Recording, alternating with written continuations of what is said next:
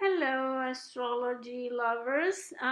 This is Sat Sangat, and I am doing this video with the screen because the thing is that to upload those videos, it takes such a long time, and I discovered that this way it takes less time and it's done faster. So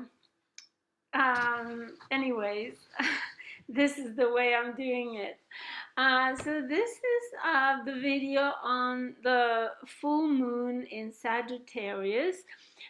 It's happening between Sunday the 16th of June and Monday the 17th. It depends where you live in the world.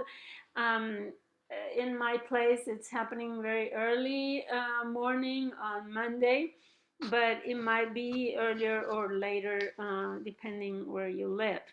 It's happening at 25 degrees 53 minutes of Gemini and Sagittarius. Actually, the moon is in Sagittarius and the sun is in Gemini. So, if you are any of those signs, you will be directly affected by it, especially if you have angles, points, or planets located at 25 degrees. So, as I said, the sun is in Gemini, eliminates all activities based on the mind, thinking, reasoning, communication, broadcasting, media, social media, and devices, internet, TV, radio, press, anything that conveys a message. So Gemini is ruled by Mercury. So it also highlights conversation, debates, information, anything that is communication. So all those will be um, more active while the sun is transiting Gemini. So at this full moon, something hits culmination in our mental processes. So the moon in Sagittarius is in this sign of the higher mind, the higher knowledge, right? It's adventurous and it looks not only for knowledge but also for wisdom, how to apply this knowledge. So we now are able to see with the moon reflecting the sun's light, we are more able to see the whole scheme of things, understand the truth, make sense of the true meaning of the information learned by putting together all the pieces, right? So there is this need to balance information with wisdom, knowledge with wisdom, uh, details with the big picture also. So there are spiritual, ethical, and even legal implications about this information that we are learning. So it's now evident, I would say too obvious, because Jupiter makes a loose but still active conjunction with the moon from 18 degrees of Sagittarius, and this magnifies this clarity brought out by both the moon and the sun. So there's also the full moon is forming a square with Neptune, kind of a loose square but still active. And so this is forming, as you see, this 90-degree square marked by the red lines, so between the sun, the moon, and Neptune. So talking about magnifying glass, help from Jupiter, I also need to refer to this square with Neptune, who at the same time makes a a loose but still effective square with the sun from 18 degrees of Pisces. So, yes, there is a risk of confusion when we are tuned into its lower vibration. However, we can also count on Neptune's spiritual, intuitive, inspirational influence. In fact, Neptune works as the antenna to the heavens. So he's able to connect us to the ethereal vibrations of the cosmos. And it's kind of telepathic. And it lets us see what is not visible to the physical eye. Neptune shows a reality that we can see only with our eyes closed when we tune in with our third eye. So it's curious because in the old days, the third eye was called the common sense. In Socrates' times, it was called the common sense. Today, the common sense is kind of elusive. And why is because we live in a materialistic society, at least here in the Western society, where we only focus on the tangible reality, and lack of practice and awareness, we have lost this natural ability to perceive the unseen. So, moreover, the full moon is right on top of the galactic center. What is the galactic center? Is the black hole in the middle of the galaxy. And it seems that it's a hole of energy where everything goes back to nothingness, and maybe we can say God or the source of all existence. It seems to be the upload and download center of consciousness and the creative energy. So, where existence comes to be, to become conscious of itself. So, therefore, any planetary contact with this powerful source of all the knowledge, especially the moon, right? Because the moon is intuitive and it perceives through this common sense. So it can reveal something. It can help us understand and be wiser, and have a clearer intellectual activity. I mean, a clearer mind, a mind that is really working efficiently. So, how I interpret this full moon in T square with Neptune, I think it has the power to show us probably more than we can handle and are ready to receive. It could give us an inspiration and a vision that is broader than our common understanding and vision. So some people, especially those who don't have a spiritual practice, may feel really confused, delusional, or have a tendency to numb themselves with substances, because Neptune is escapism, and it tends to be elusive and divertive. And so this energy can bring too much to our minds to grasp. So others may react just focusing on the tangible, familiar reality as another way to escape.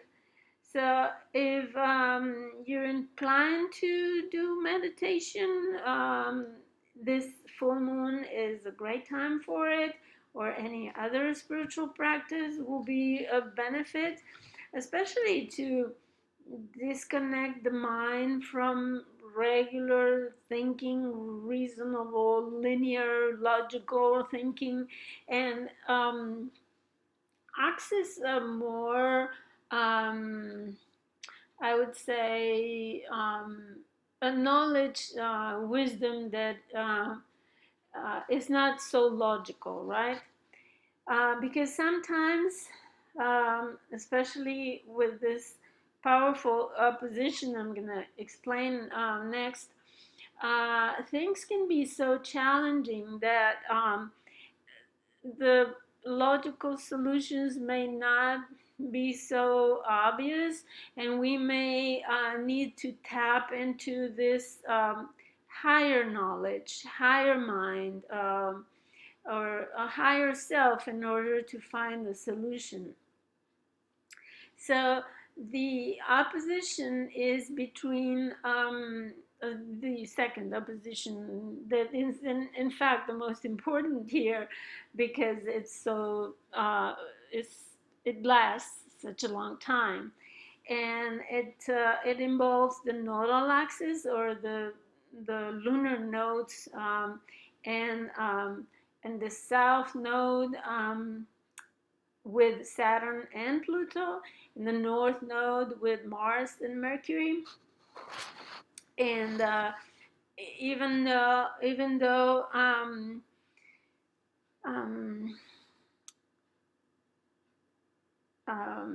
the conjunction between Mars, Mercury, and the North Node is not exact, but is pretty close and is still active. It is still functional. Um, so now we need to consider the Saturn and Pluto are retrograde, and they are pretty powerful, more powerful, I'd say. Saturn is let's start with Pluto. Pluto has been in Capricorn since 2008, unearthing, decomposing, and demolishing anything that is no longer useful for our progress, that no longer belongs to our present evolutionary stage, or does not contribute to our future stage. So you need to look at what house Capricorn inhabits in your chart. So to find out what is the area of your life that this is affecting, you probably already noticed that things have disappeared or are disappearing, or ways of thinking or ways of doing things are changing in your mind. So referring to that house that Pluto is transiting, either in your natal or your progressed chart, you may have a better understanding of where, how, what, and why is being transmuted there. In general, while Pluto navigates this house, we only see the demolition and the destruction. It's not until the end, when he is ready to move on to Aquarius for his next demolition there, that we see the new shape we have turned into. So now that he's retrograde again, he is not willing to comply with the establishment. So he is more rebellious.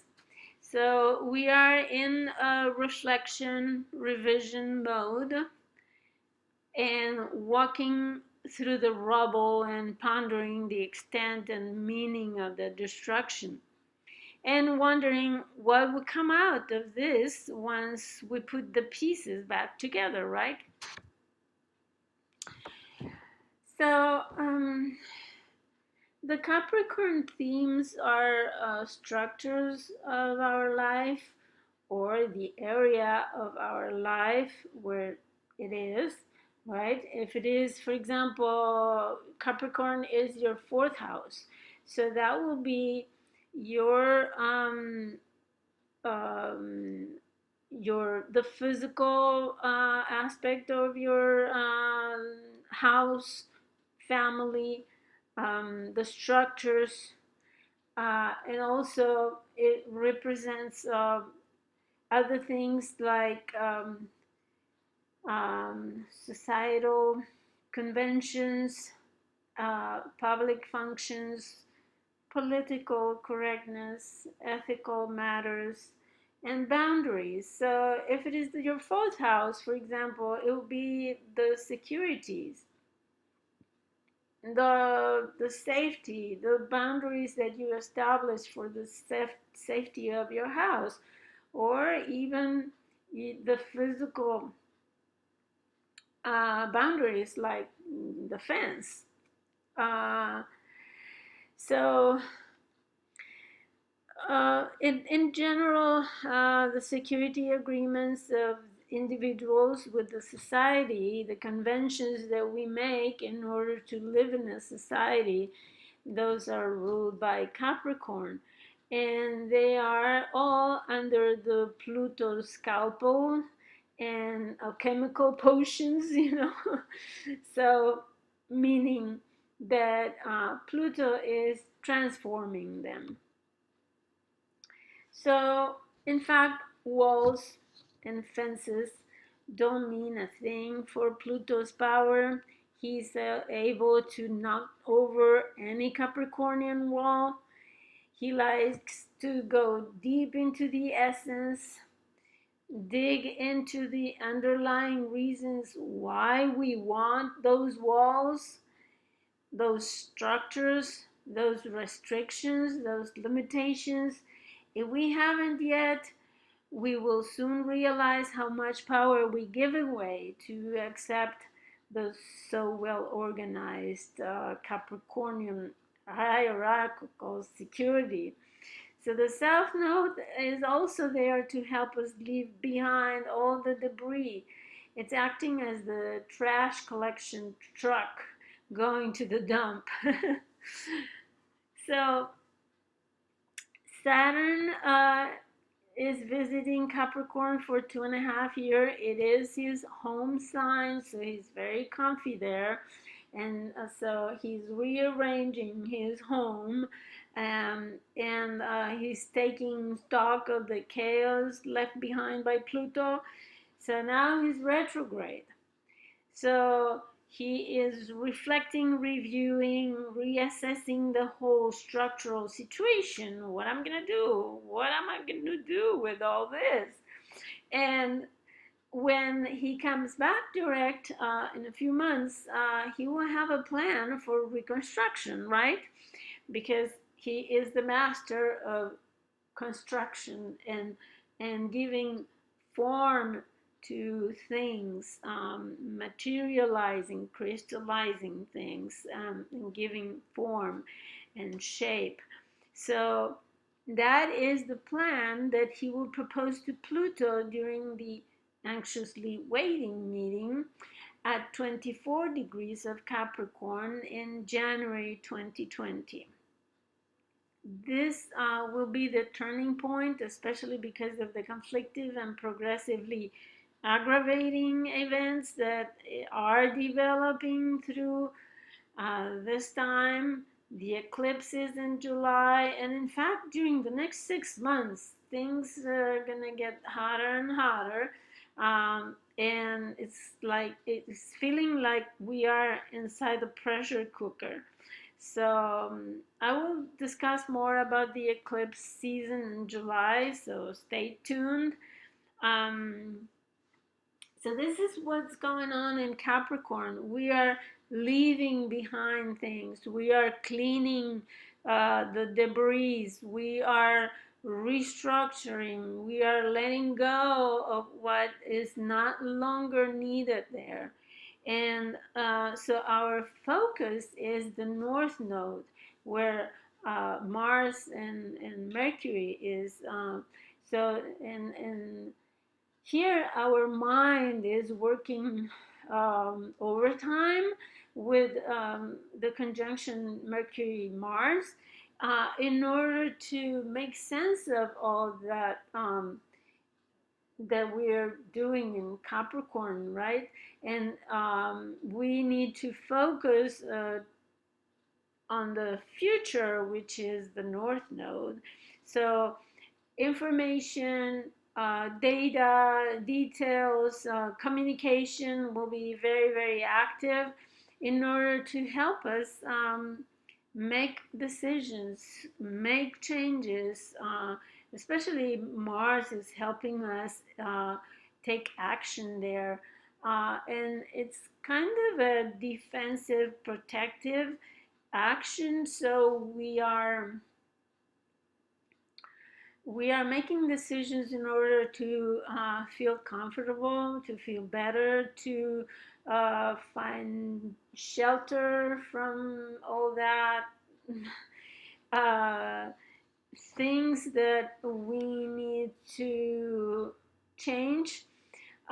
So we need to find some comfort. We need to find some a place of if you look at your Cancer house, you will get the idea. For example, suppose that Capricorn is your fourth house, then Cancer would be your public life, your public standing, your public image, like your career.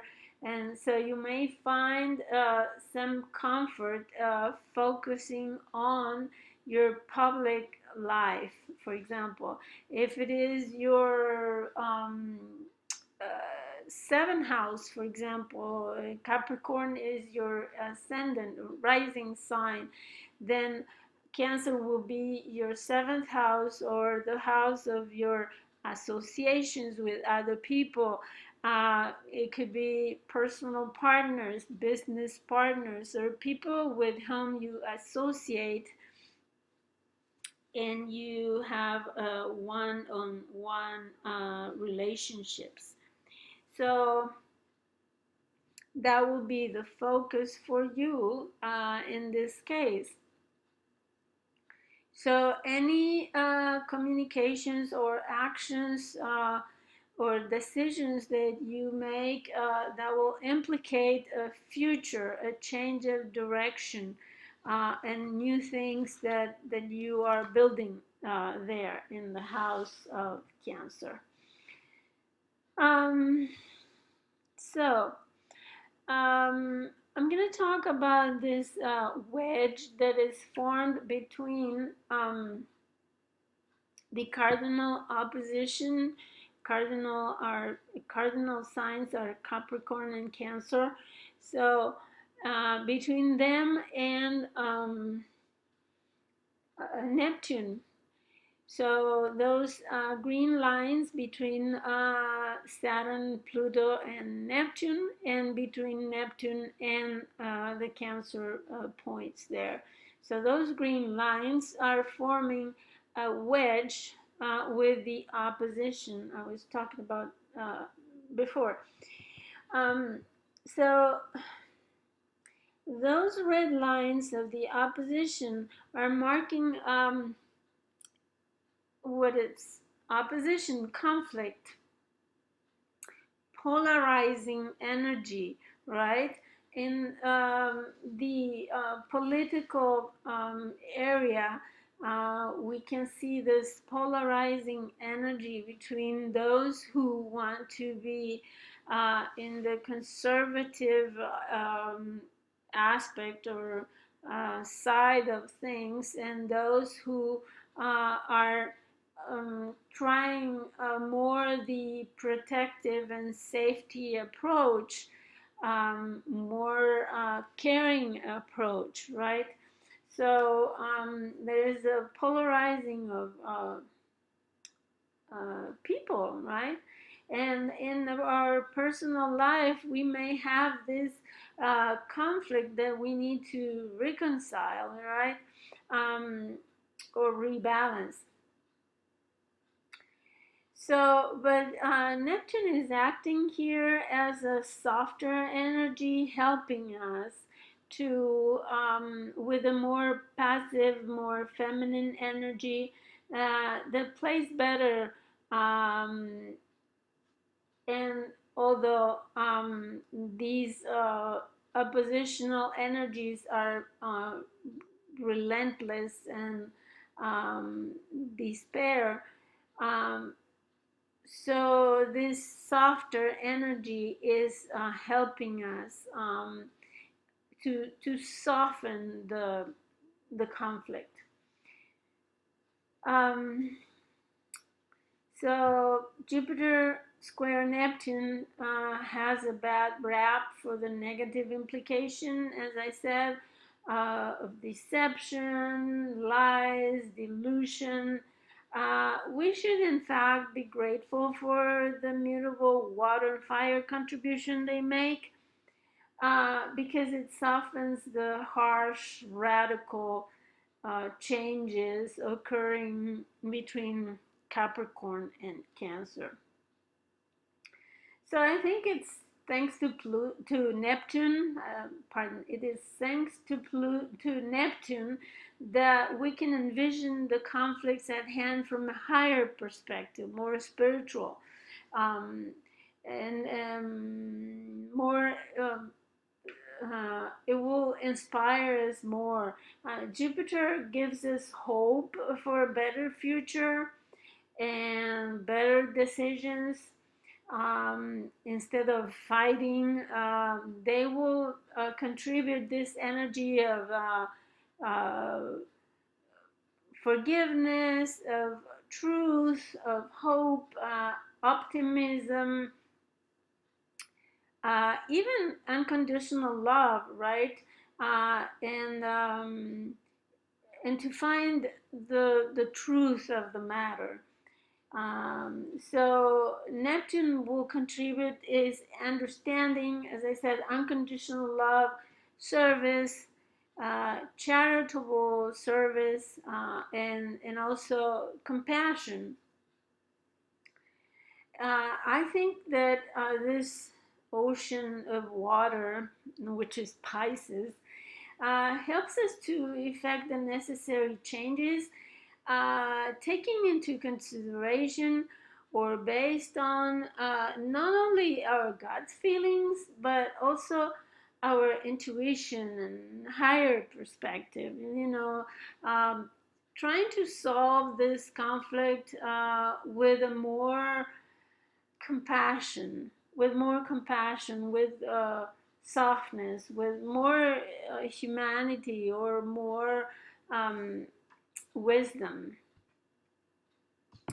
So there are several blue lines there in the chart, and they represent in conjunctions, which is 150 degrees. They are a square and a sextile, in fact. So there is a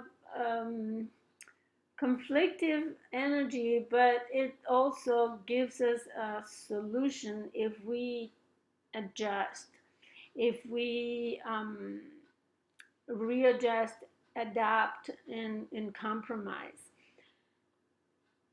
So one of them is Sun in conjunct Pluto, and I think it marks the sphere of the uncertainty and confusion coming from Neptune square the Sun.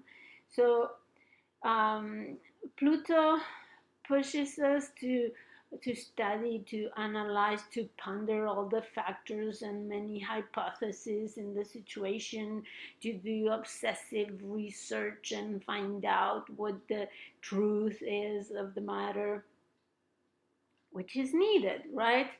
Um, but we need to reconcile that profound upcoming changes with our identity. So that will have implications on who we are, right?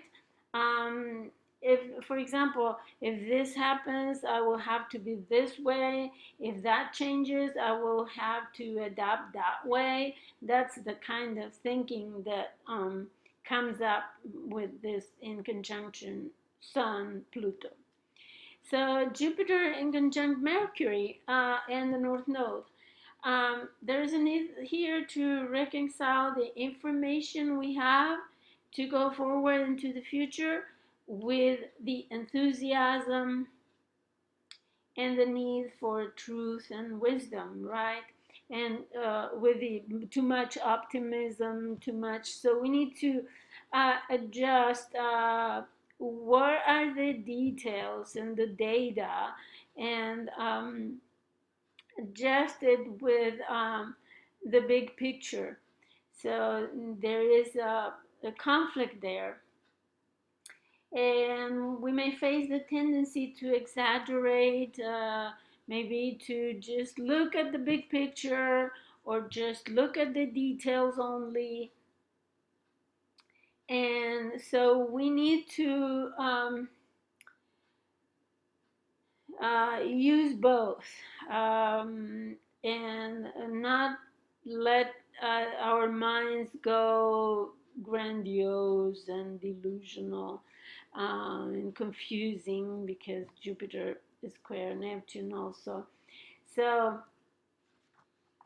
that's the adjustment we need there. The mind, the lower mind with the higher mind.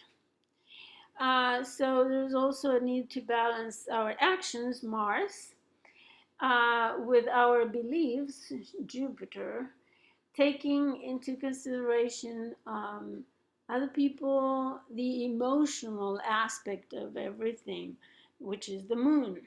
So, in conclusion, I think we may be very overwhelmed by the information at this lunation. You may have already heard the news and things that are happening, and people are antagonizing. This is the solution. No, this is the solution. And the mood is very heated,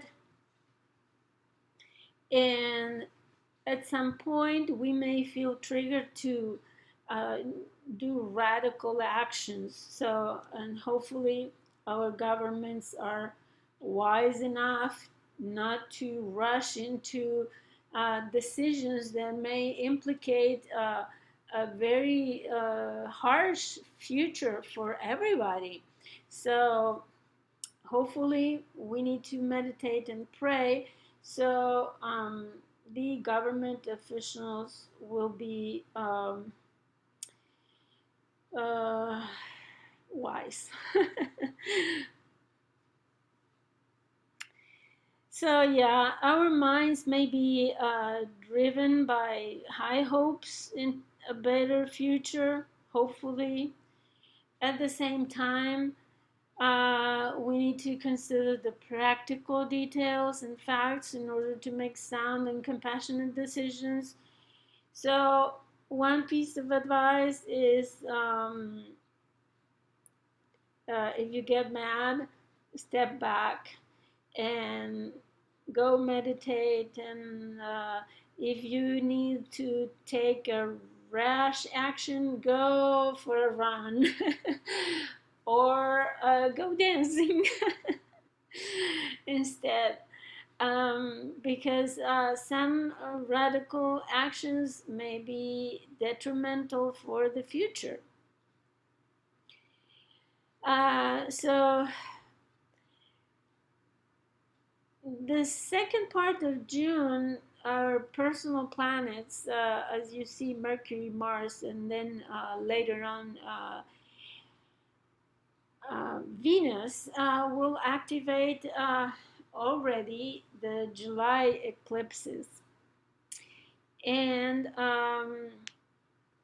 the 24th degree of Capricorn, where Pluto and Saturn will conjoin in January next year.